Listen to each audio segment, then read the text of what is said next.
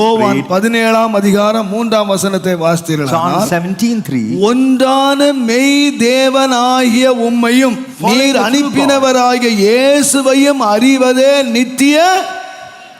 And this is life eternal, that they might தேவன் know யார்? who is the Lord God. நீங்க நினைச்சுக்காதீங்க அவங்களுக்கு ஒரு தேவன் இவங்களுக்கு ஒரு தேவன், அந்த மதத்துக்கு ஒரு இந்த மதத்துக்கு ஒரு தேவன் இல்ல.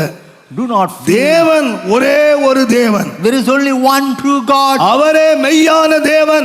and He is a true God. ஒன்றான மெய் தேவனை அறிய வேண்டும். You ought to know the only true God. அவர் அனுப்பினவராகிய இயேசுவை அறிய வேண்டும். You ought to know Jesus whom He has sent. இயேசுவை தவிர வேற ஒரு தேவன் இல்லை. There is no other God apart from our Jesus. ஒருவரே தேவன். He alone is God. நானே வழி, Therefore, நானே சத்தியம், I am the way, and நானே ஜீவன், I am the truth and the life. நானே ரட்சகர்.